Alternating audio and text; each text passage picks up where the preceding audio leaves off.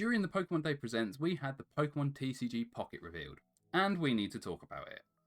Now, TCG Pocket looks like a new app for Android and iOS where we can digitally open packs to increase our collections. And we can even trade with our friends as well. There is a battle feature in the game that is different to the normal version of the TCG, but to me, the most exciting feature is the immersible cards. With these, you can go into the card art and see things that are normally hidden behind objects or off to the side, expanding the artwork. But let's talk about other things I really like. Pocket will give collectors a new way to show off your cards and a new way to collect entirely. We can trade any cards we have to our friends, which is something we cannot currently do in live. Now, I think this is a very key feature for any trading card games online client, even if it does say the trading system won't be available at launch in the trailer. I love that we can look at normal cards in more detail and they all have a layered effect on them, making them pop out more as you move the card around. Just look at this Charizard and all the detail we can see in the background. I'm really excited to see more of this because this is a really great feature. We also have an updated card back with the silver bordered and a Pokeball that actually opens the correct way now. If we could have this card back in the physical TCG, that would be great as well. Now let's talk about this new way to battle.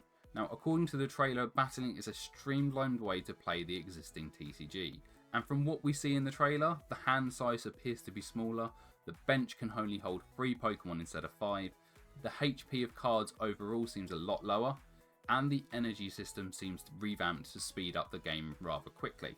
Now, I think this is good as it could bring in new players to the TCG who are hesitant to embrace the learning curve of the actual TCG. But we need to have confirmation of what the actual changes are before we can fully judge this. In the trailer, it does only mention quick battles as well, so there is no ranked battles or battling against your friends, although this is something that could be added in after the game has launched. The card list we seem to be able to collect from seems to span all eras of Pokemon TCG, meaning that not just cards that were released recently or are going to release in future sets. This means we might go all the way back to the original sets, and we even see the original base set Pikachu artwork in the trailer. Now, we are also getting exclusive art for Pocket, which has me a bit conflicted. These exclusive cards are likely going to be the immersive cards they talked about in the trailer, but there is also a Moltres, a Meowth and a Lapras that we see that looks really nice, and we haven't seen these in the TCG before. And while I absolutely love these artworks, not being able to physically collect these cards is taking the soul away from the actual TCG. Especially if the artwork for Pocket is significantly better than the physical TCG. Now, another downside that I can see to Pocket is this might actually be the end of Live altogether.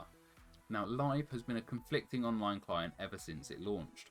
Riddled with bugs and errors, it never received the same amount of love that the TCG Online got. Now, if Pocket proves to be popular, this could well see the end of Live, and we may lose what I think is a vital part of the TCG as a whole. One other negative I get from Pocket is just how are we going to get packs? We've been told we're going to get 2 free packs a day, hinting that there will be some form of monetization to obtain more packs. Now, this worries me, not only because the TCG is already an expensive hobby to collect and to play, but depending on pricing, this might actually tip people over the edge and push them out of collecting altogether. Now, on Live, you can earn currency to open packs and redeem code cards from physical packs, which has helped, but for Pocket, we have no idea if this is going to carry over, or if it's just going to be a pure cash transaction. Now, if it is a purely cash transaction, a lot of people might get FOMO from not buying enough packs. And if they replace the physical code cards in packs to Pocket, this could hasten Live's downfall. We will just have to wait for more information from Pokemon regarding this. The whole vibe I got from Pocket's trailer was that this was a way to bridge physical and digital collectors together, but in a way that lines Pokemon's pockets even further. But in all honesty, the whole thing just reminds me of NFTs, and I don't like that. There was no confirmation about buying or selling cards in the reveal trailer, but it wouldn't surprise me if there was an option to buy single cards with cash or a premium currency. And if that does happen, it's a big no from me. Now, to me, that's my biggest fear that we will get from Pocket, that it's all going to be about buying these new packs or cards, and trading will be a good way to get the cards you need, but it's just going to be a big cash black hole. At least with a physical TCG, you can sell any cards you get duplicates of to help fund your collection, or you can even sell your collection if you stop collecting altogether. Now, monetary value shouldn't be the reason you collect in the first place, but it is an added bonus for the physical TCG.